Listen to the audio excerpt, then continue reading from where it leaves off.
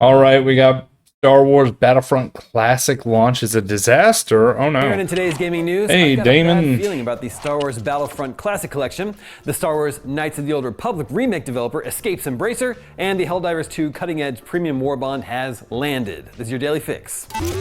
That's not a good thing.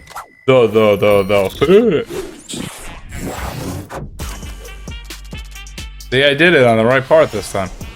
Aspire is under fire over the disastrous launch of the Star Wars Battlefront Classic Collection, which is plagued with server issues, bugs, and more. Launching that's today, why. March 14th, the $35 Classic Collection, You know, which includes the original two games Star Wars today. Battlefront games, currently has a mostly negative So many- rating on Steam. so Headline many complaints bugs are connectivity on issues, launch. with myriad Steam and social media users claiming just three 64-player servers were available at launch for the 9,232 players who logged in on Steam alone. Wow. In other words, there was only room for about 200 players, leaving 9,000 out in the cold. Aspire That's seemingly added more crazy. service within a few hours of launch, but problems were rampant. Server issues appear to be just one part of the problem, however. Aiming has been flagged as a major issue, including on PC with mouse sensitivity and on consoles with traditional controller support. Lightbringer OG began a bug report on Reddit where users reported the Xbox Series S version doesn't work if two controllers are connected upon launch, instant crashes when searching for a conquest game, bugged hitboxes, and more. To sum things up, I Am Not on Reddit at Work said, I loved the originals. This re-release so far is hands down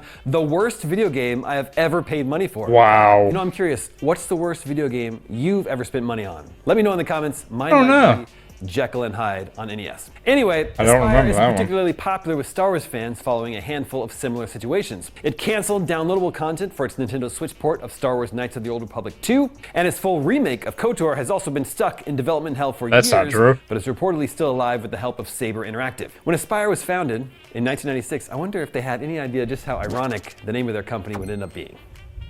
Speaking of Embracer-owned companies like Aspire, Saber Interactive has split from Embracer, with at least 38 ongoing game development projects among the divested assets and over 3,000 I don't know who staff moving Saber is, across. so. However, a number of key studios remain, including Tripwire, Aspire, and Beamdog. The deal is initially valued at $247 million. Oh, wow. Aspire named as Beacon They Interactive, focus a on company set up and entertainment then. controlled by Saber Interactive co-founder Matthew Karch. There are a number of interesting points in the deal. For example, Beacon Interactive has the option right to acquire Metro developer 4A Games and pinball developer Zen Studios for a fixed price within a certain time period. According to Bloomberg reporter Jason Schreier, Beacon Interactive has indeed decided to buy both studios. While Saber Interactive has split from Embracer, Embracer itself retains future publishing rights to 14 Saber games already in the works, including two joint projects with Beacon Interactive. They include the next AAA game from Metro developer 4A Games, a previously announced AAA game based on a major license, this is either Warhammer 40k Space Marine 2, or the Star Wars Knights of the Old Republic remake, a new Oh, AAA wow. multiplayer shooter based on a controlled IP, and Teardown, which is in ongoing development. A deal for Borderlands maker Gearbox to leave Embracer is also waiting in the wings.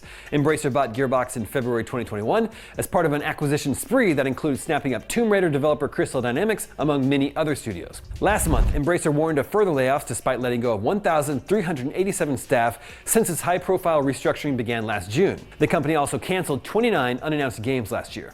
Embracer Group 29 unannounced of a games. $2 billion deal, reportedly with Saudi government-funded company Savvy Games Group. And finally today, the new cutting-edge premium war bond for Helldivers 2 is live now, adding new weapons, gear, and armor to the Smash It, PC, and PlayStation 5. I'm glad everybody likes Helldivers so 2 much. take on a battle pass is not time limited. This means that once you buy it, you're free to unlock its rewards whenever you like. Oh, The wow. previous premium war bond, Steel Veterans, remains available. Cutting Edge costs 1,000 super credits. While you can earn super credits from gameplay and the war bond itself, you can also buy them for real-world money. Via the in-game shop, 1,000 super credits costs $10. The war bond contains things like new body armors, new weapons, capes, and emotes. There's loads going on in the world of Helldivers 2 right now. Developer Arrowhead just quietly released flying bugs in the game, and last week made Quietly released Meanwhile, flying Arrowhead bugs. has asked for the Helldivers 2 community's help in coming up with ideas for the hard-to-solve problem of players kicking teammates who don't have the most fashionable loadouts.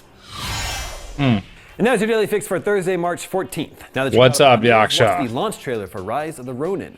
I'm Damon Hatfield, and for all your video game news, stay tuned to IGN. And me for reacting to them with you.